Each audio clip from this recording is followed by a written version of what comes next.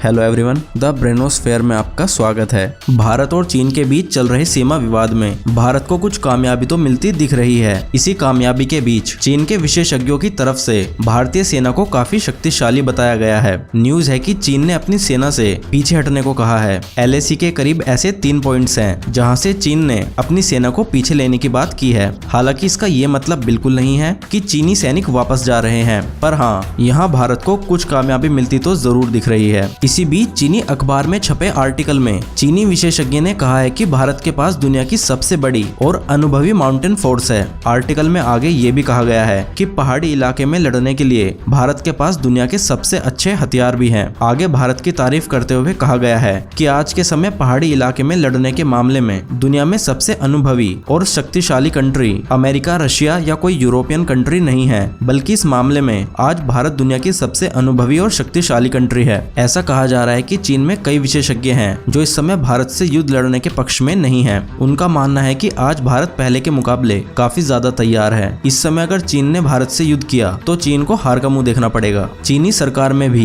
कई लोग हैं जो इस बात को मानते हैं कि अगर चीन और भारत में युद्ध हुआ तो इससे चीन को भारी नुकसान उठाना पड़ेगा। यहाँ ये बात ध्यान देने वाली है कि 2 दिन पहले ही ग्लोबल टाइम्स में छपे एक आर्टिकल में कहा गया था कि अगर भारत और चीन के बीच युद्ध हुआ तो इससे चीन को कोई फर्क नहीं पड़ेगा, लेकिन भारत को इससे काफी ज्यादा नुकसान होगा। इन दोनों बातों से साफ है कि जहां एक तरफ चीन भारत पर दबाव बनाने के लिए ग्लोबल टाइम्स में भारत को धमकी देता है, वहीं दूसरी तरफ चीन इस बात को अच्छे से जानता है कि वो भारत से युद्ध नहीं लड़ सकता। लेकिन कोरोना वायरस की वजह से आज चीन में ही अपने राष्ट्रपति के खिलाफ गुस्सा बढ़ता जा रहा है। ऐसे में खुद को ताकतवर दिखाने के चक्कर में चीनी राष्ट्रपति भारत के साथ विवाद बढ़ाने पर तुले हैं।